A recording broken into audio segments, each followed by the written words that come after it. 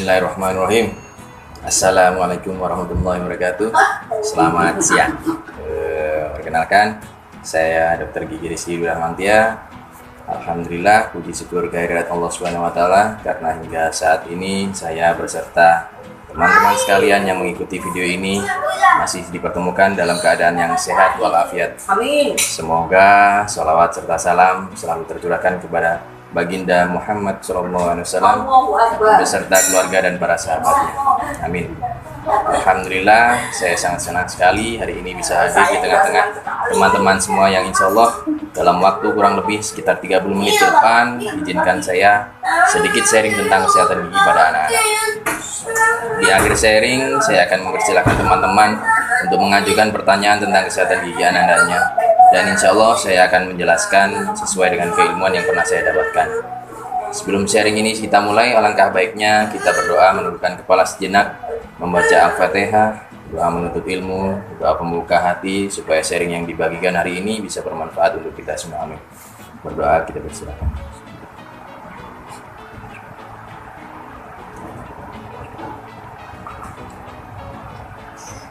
Amin, amin, ya rabbal alamin. Baiklah, yang pertama mungkin saya akan menjelaskan tentang pertumbuhan gigi pada anak-anak. Selama pandemi kemarin seringkali saya mendapatkan WA, chat via Facebook, chat via DM di Instagram yang orang tuanya menanyakan tentang dok, gigi anakku kok lubang ya, kok sakit ya, ini gigi anakku kok sudah kesundulan gigi permanennya ya, solusinya gimana? Oke, nah dari beberapa pertanyaan tersebut saya akan menjelaskan tentang urutan tentang pertumbuhan gigi pada anak, bagaimana gigi pertama kali gigi susu itu tumbuh dan sampai kapankah dia akan tergantikan dengan gigi permanen. Secara garis besar gigi susu ini awalnya range-nya ada di usia antara 4 sampai 15 bulan ya. Jadi beberapa pasien sering tanya, usia anakku sudah 1 tahun kok belum tumbuh-tumbuh ya gigi permanennya ya. Nah, dari penjelasan range itu tadi maka bisa kita jelaskan bahwa tumbuh anak-anak gigi pada anak itu range-nya antara usia 4 bulan sampai dengan dia 15 bulan. Kalau dia sudah lebih dari 18 bulan maka harus kita cekkan ke dokter gigi anak. Oke, awal biasanya range pertama kali gigi tumbuh di usia 6 bulan itu biasanya pada gigi depan bawah pertama kali tumbuh. Nah, kemudian diikuti oleh gigi permanen, gigi susu yang lainnya yang secara keseluruhan, secara garis besar menurut literatur akan selesai pada saat anak berusia sekitar 24 bulan. Kemudian awal pertama kali gigi susu digantikan oleh gigi permanen penggantinya adalah di usia sekitar 6 tahun. Ada yang lebih cepat, bisa mulai dari 5 tahun ada, dan kemudian dia akan berakhir terjadi pergantian di semuanya, terjadi gigi permanen keseluruhan, yakni di sekitar usianya sekitar umur 12 sampai 13 tahun. Kurang lebihnya seperti itu ya, teman-teman. Untuk tips-tips bagaimana sih caranya menjaga kesehatan rongga mulut pada anak, yang pertama yakni usahakan anak itu bisa menjaga kesehatan mulutnya dengan cara apa? Yang pertama yakni menggosok gigi ya. Bagaimana caranya kita edukasi ke anak kita, kemudian bagaimana cara kita memberi contoh kepada anak kita, yakni sikat gigi yang bagus adalah sehari 2 kali sehari, yakni pada saat pagi hari setelah makan dan pada saat malam sebelum tidur. Ini waktu yang paling efektif untuk kita menyikat gigi. Kemudian untuk pertumbuhan gigi juga sebenarnya dia dimulai dari awal pada saat janin bayi itu berada dalam kandungan ibu. Nah, maka di saat ibu hamil maka perlu nutrisi yang akan kaya akan berbagai banyak daripada nutrisi-nutrisi yang sebagai berikut. Untuk nutrisi ibu hamil usahakan supaya pembentukan gigi agar supaya maksimal, yakni harus kaya akan sumber protein. Sumber protein ini apa? Bisa dari telur, bisa dari daging, bisa dari susu, keju, dan produk susu lainnya. Kemudian bisa juga dengan sumber dengan vitamin A. Vitamin A ini bisa kita dapatkan di wortel, bisa dari brokoli, bisa dari bayam, bisa dari kangkung, sayur-sayuran yang hijau ya. Kemudian selain itu harus dipenuhi juga dengan sumber daripada vitamin D. Vitamin D ini kita dapatkan dari mana?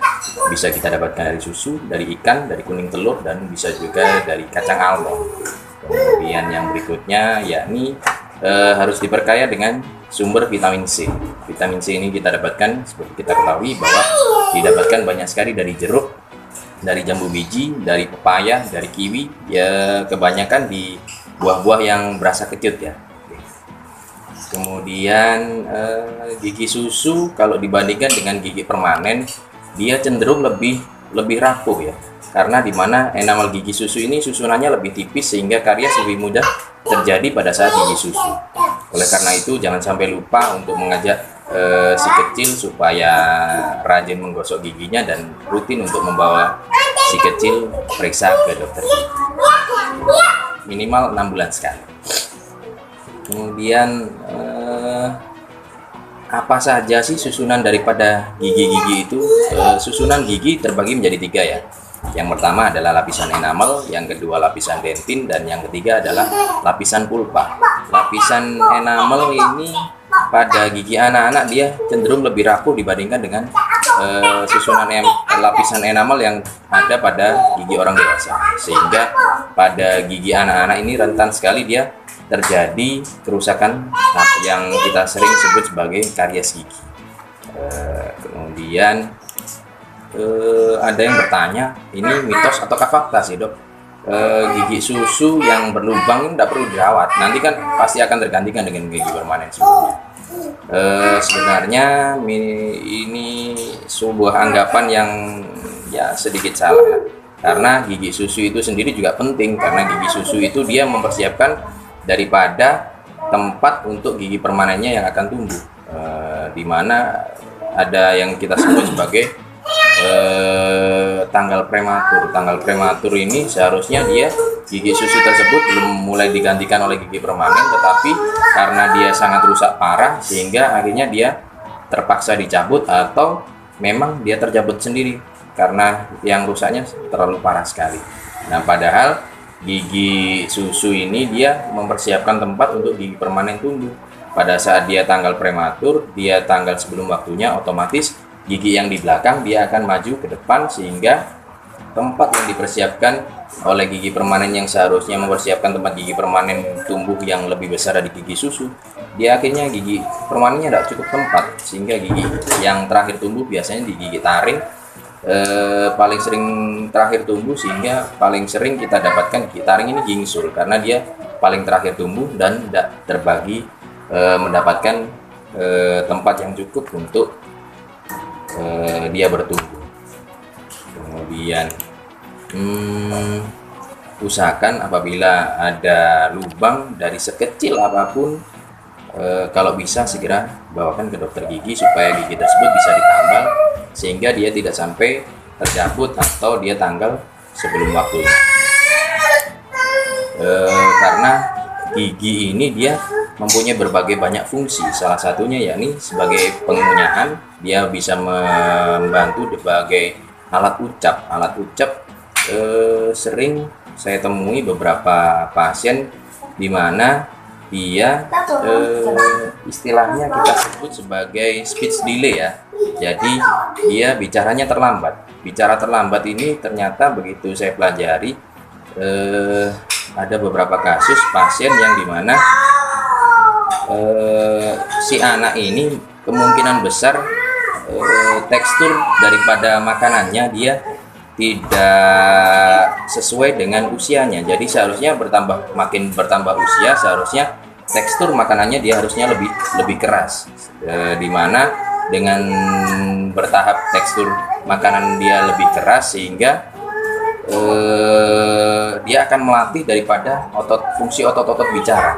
Fungsi otot bicara ini dia terstimulasi dengan adanya sempurnanya susunan gigi-gigi yang bagus, sehingga otot bicaranya ini juga makin terlatih. Biasanya pada anak-anak yang pada saat makan dia sering sekali dia hanya Kalau orang Jawa istilahnya dikemu ya, dikemu, akhirnya otot bicaranya ini tidak terlatih.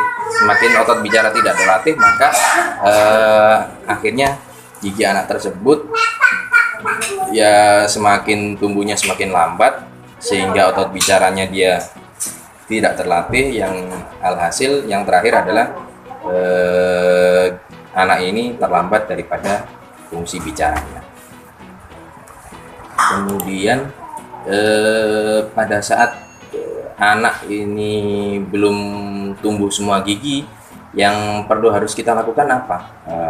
Pada saat dia paling sering saya dapatkan ini pada anak-anak di bayi, dia ngedot atau dia masih ASI, kadang bundanya ini tidak telaten untuk membersihkan daripada lidah, daripada permukaan pipi. Yang kita dapati adalah warna keputihan di sekitar lidah dan sekitar pipi. Warna putih ini apa? Ya sisa-sisa daripada cairan susu ini yang menumpuk, yang sehingga akhirnya lama-kelamaan dia akan menjadi jamur yang kita sering sebut sebagai Candida albicans. Candida albicans ini juga nantinya akan menimbulkan masalah baru bagi anak-anak. Gimana sih dok caranya supaya si kecil ini bisa rajin untuk menyikat giginya? Yang pertama, usahakan kita harus menjadi sebagai contoh untuk anak kita, ya ini berikan contoh bagaimana kita menyikat di hadapan anak-anak. Jadi pada saat kita menyikat, usahakan anak-anak kita juga melihat pada saat kita sikat gigi. Yang kedua, bisa dengan cara ajak si anak ini, misalnya kita pergi ke mall, ke market, kita ajak dia untuk memilih sikat gigi dan pasta gigi yang dia suka. Karena dengan bentuk-bentuk unik yang dari sikat gigi atau pasta gigi yang dia suka, maka keinginan anak untuk dia mau rajin sikat gigi akan terpacu. Oh, ini aku suka dengan sikat gigi yang ini pak, bentuknya gini, ini kesukaan saya ini. Nah, dengan ada kesukaan seperti itu, maka akan merangsang anak ini untuk lebih rajin menyikat giginya. Kemudian bisa juga kita berikan reward di mana dek, kalau adik rajin sikat gigi, giginya bagus, nanti papa belikan hadiah ya, kasih mainan atau apa yang kesukaan adik, supaya merangsang si anak ini, kalau aku rajin sikat gigi, gigiku bagus, dapat hadiah dari papa. Kemudian bisa juga kita ajak untuk nonton video-video edukasi tentang kesehatan gigi. Gigi itu kita harus sikat. Kenapa? Kalau tidak sikat gigi, akhirnya gigi itu berlubang jadi sakit, yang sehingga anak-anak ini lebih aware terhadap kesehatan giginya. Kemudian bisa juga kita ajak dia ke dokter gigi. Ke dokter gigi anak ini yang pertama berupa sebuah adaptasi. Pertama kita kenalkan dulu, oh ini loh dokter gigi, oh ini loh nanti Pak dokter gigi itu mau ngapain aja nantinya. Kita adaptasikan supaya anak-anak ini tidak takut ke dokter gigi. Jadi usahakan jangan sampai kita menakut-nakuti si anak ini dengan tenaga medis. Oh nanti kamu nakal, nanti disuntik loh, nanti kalau kamu nakal dicabut giginya loh. Nah ini yang akan menjadikan anak-anak kita takut untuk pergi ke dokter gigi. Kemudian yang kedua, kita berikan edukasi ini nanti adik kalau di dokter gigi, kalau ada giginya yang lubang nggak sakit kok. Nanti sama Pak Dokter kalau ada giginya yang lubang nanti ditambang biar adik bisa makan bagus lagi dan giginya nggak sakit lagi. Kemudian yang berikutnya yakni ada 4 kebiasaan buruk yang biasanya bisa membuat gigi si kecil ini tumbuh berantakan. Yang pertama yakni kebiasaan daripada mengisap jempol. Yang kedua menggigit bibir bawah. Yang ketiga bisa berupa menggigit ujung lidah. Yang keempat biasa berupa menggigit ujung pensil atau tutup ballpoint.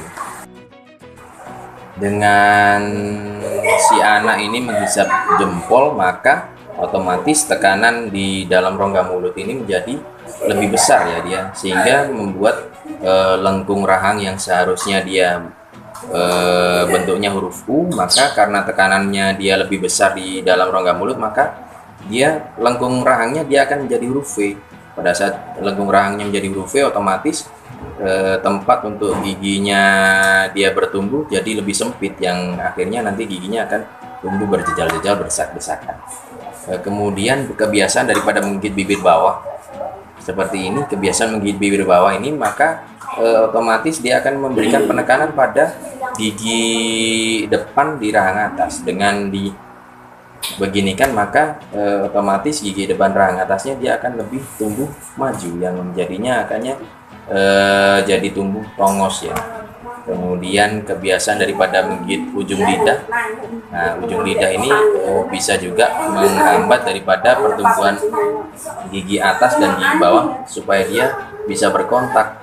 Pada saat seperti itu akhirnya ada jeda yang dimana gigi belakangnya dia sudah berkontak, sedangkan gigi depannya dia belum berkontak, karena ini tadi ada penahan daripada lidah atau apapun penyebabnya dia, kebiasaan buruknya yang menghambat daripada pertumbuhan gigi atas dan bawahnya ini dia bertumbuh sempurna seperti ini, gigi atas dan gigi depannya. Kemudian yang terakhir yakni menggigit ujung pensil ataupun tutup ballpoint, biasanya dia lebih minimal sih efeknya. Paling tidak biasanya bisa berupa giginya akan tumbuh rotasi ya, rotasi berputar karena kebiasaan daripada menggigit ballpoint dan pensil seperti ini. Kemudian kalau ada istilah yang kita sebut sebagai baby bottle feeding. Apa sih baby bottle feeding ini? Baby bottle feeding ini yakni kebiasaan daripada bayi pada saat dia tertidur, dia dalam posisi ngedot di mana kalau posisi susu dot ini kan dia tidak perlu usaha pun dia sudah langsung gerojok masuk ke dalam mulut, sehingga gigi di dalam mulut si anak ini dia akan lebih lama terendam cairan susu yang kebanyakan kalau di susu formula ini pasti kandungan gulanya sangat banyak ya. Nah, karena kandungan gula yang banyak inilah yang paling disukai oleh kuman, yang sehingga kondisi di dalam rongga mulut ini menjadi asam. Nah, asam inilah yang akhirnya membuat gigi si anak ini menjadi berlubang. Usahakan jadi pada saat dia tertidur kalau bisa jangan sampai dia posisi ngedot. Kalau bisa misalkan andai kata pun dia dok, kalau dia tidur tidak sambil ngedot tidak bisa tidur, usahakan kalau misalkan dia dotnya sudah habis, kita coba buka mulutnya sedikit, kita bersihkan pakai kasa yang sudah kita basahi, sehingga lapisan giginya dan juga permukaan seperti lidah, pipi dia bisa bersih dari sisa-sisa susu formula yang kita minumkan kepada anak. Kemudian yang seperti saya jelaskan tadi ya, kebiasaan daripada mengedot ini juga bisa mengganggu daripada bentuk anatomi tumbuhnya gigi depan, karena dengan posisi anak ngedot ini otomatis dia akan menghalangi gigi depannya untuk dia tumbuh berkontak dengan gigi bawahnya, yang hasil gigi belakangnya dia sudah berkontak, sedangkan gigi depannya dia karena terhalang tumbuhnya jadinya ada jeda. Jadi di antara atas dan bawah ngowos giginya ya. Jadi ada jeda di antara gigi atas dan gigi bawah. Kemudian pada saat kita tidur ini memang aktivitas kuman itu dia jauh lebih aktif daripada pada saat kita tidak sedang dalam posisi tidur ya. Jadi pada saat kita tidur kuman ini sangat banyak sekali nanti yang dimana makanya sering kali kita sarankan kepada pasien untuk menyikat giginya sebelum tidur, karena pada saat kita tidur ini kuman akan jauh lebih aktif bekerjanya untuk merusak daripada lapisan gigi. Ada juga di spesialis gigi anak yang kita sebut sebagai pit dan fissure sealant. Apa sih pit dan fissure sealant ini? Jadi biasanya pada anak-anak ini supaya dia tidak mudah lubang, ceruk-ceruk yang ada di gigi yang terlalu dalam ini kita beri selapis tipis tambalan, sehingga dia lapisannya bisa lebih licin. Pada saat dia lebih licin lapisannya, tidak berceruk yang dalam, akhirnya sisa makanan tidak mudah menempel dan lapisan gigi ini dia terlindungi supaya dia tidak terjadi lubang. Kemudian kadang ada beberapa pasien gigi anaknya ini sudah rusak, kemudian gigi anakku ini rusak, dicabut aja. Sebelum seperti itu biasanya akan saya tanyakan kepada orang tuanya, umur anaknya ini berapa. Kalau dia belum sesuai dengan umur gigi permanennya ini tumbuh, maka biasanya akan saya sarankan untuk gigi tersebut dipertahankan. Jadi jangan sampai dicabut. Kenapa? Karena pada saat gigi susu ini kita cabut sebelum dia usianya bertumbuh, maka otomatis gigi belakangnya dia akan maju, kemudian gigi atasnya dia akan turun menempati posisi gigi berkontak dengan gigi bawahnya. Pada saat gigi belakangnya maju, otomatis tempat untuk persiapan gigi permanen tumbuh tempatnya tidak cukup, akhirnya giginya berjejak. Dan juga apabila dia dicabut sebelum waktunya, maka gigi atasnya akan turun ke bawah otomatis alhasil dimensi vertikal daripada gigi permanen nantinya yang akan tumbuh jadi lebih sedikit. Jadi pada saat gigi permanennya tumbuh, dia giginya tumbuhnya hanya separuh, tidak sampai full semuanya bertumbuh. Karena itu tadi, pada saat gigi bawah atau gigi atas dia tercabut, otomatis dimensi vertikalnya dia akan berkurang. Dimensi vertikal berkurang, alhasil nanti gigi permanen yang akan tumbuh, maka dia tidak akan bisa tumbuh sempurna, hanya tumbuh separuh saja. Jadi kenapa pada saat gigi anak itu dia sudah rusak, kalau bisa sebisa mungkin kita rawat, kita tambal atau kita lakukan perawatan saluran akar yang alhasil supaya mempertahankan gigi tersebut bisa lebih lama ya, sampai gigi permanennya ada pengganti untuk tumbuh. Atau misalkan andai kata dia terpaksa untuk dicabut, biasanya akan kita buatkan seperti penahan berupa plat supaya gigi yang belakangnya tidak maju ke sisi depan. Jadi fungsinya dari plat ini yang kita sebut sebagai space maintainer ini mempertahankan celah supaya gigi belakangnya tidak maju, sehingga tempat persiapan untuk gigi permanen yang akan bertumbuh yang jauh lebih besar daripada gigi susunya, dia akan bisa cukup pada saat dia gigi permanen sudah bertumbuh sesuai dengan usianya. Kemudian apabila gigi permanen ini pengen rapi, makanya tadi jangan asal cabut gigi susunya. Ada lagi pasien yang bertanya, dok, kira-kira kalau gigi anakku ini, misalkan kalau dia tidak dicabut, apakah dia bisa lepas dengan sendirinya?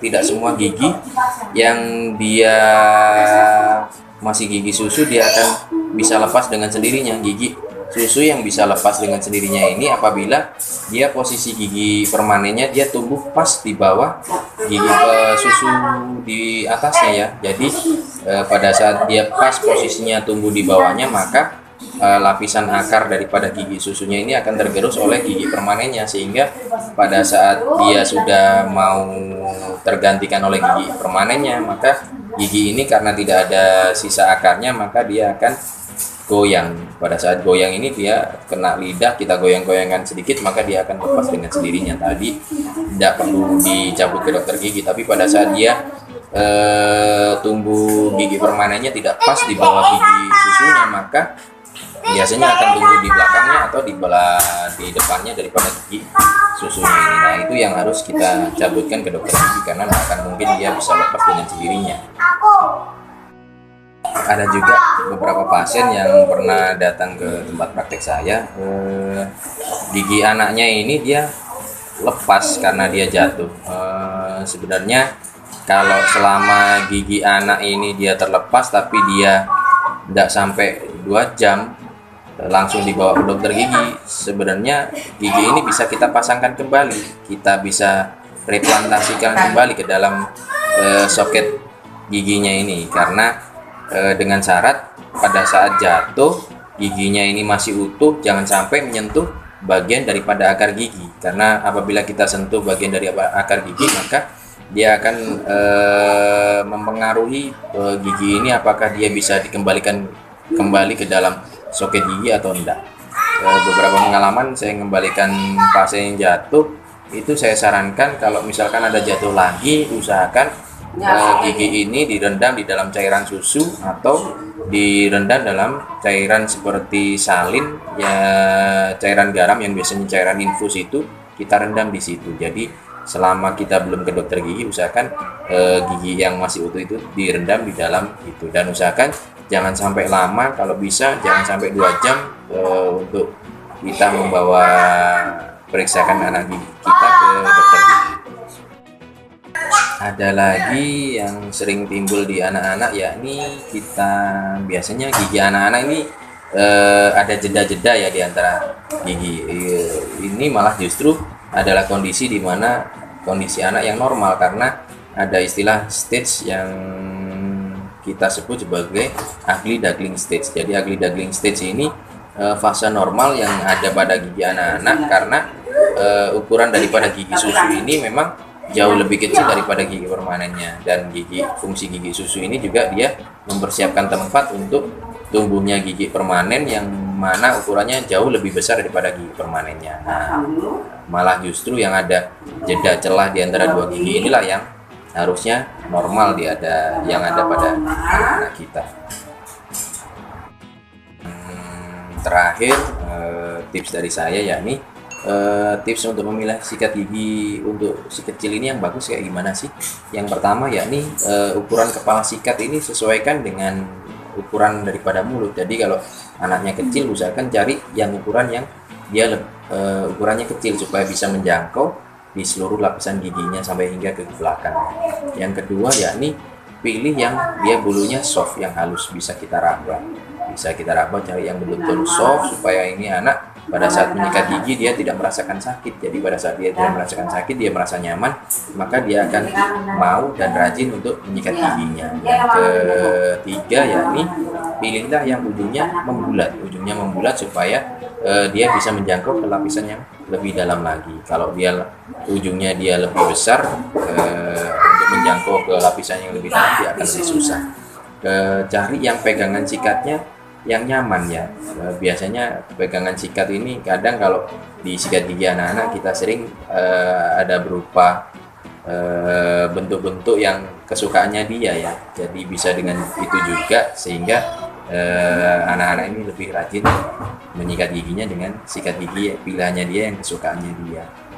Kemudian warnanya juga harus disesuaikan dengan kesukaannya dia. Jadi misalkan anak kita ada 3, jadi usahakan warnanya harus yang berbeda supaya tidak tertukar sikat giginya. Jadi misalkan anak pertama warnanya merah, anak kedua warnanya pink, anak ketiga warnanya biru. Jadi pada saat mereka menyikat gigi tidak sampai tertukar. Alhamdulillah, demikianlah sedikit info yang bisa saya bagikan tentang seputar kesehatan gigi dan mulut pada anak. Semoga info yang saya bagikan bisa bermanfaat bagi para orang tua supaya kesehatan gigi Anda tetap selalu terjaga. Apabila ada pertanyaan tentang seputar kesehatan gigi pada Anda, bisa ditanyakan di beberapa akun sosial media saya yang insya Allah akan saya share di deskripsi video di bawah ini ya.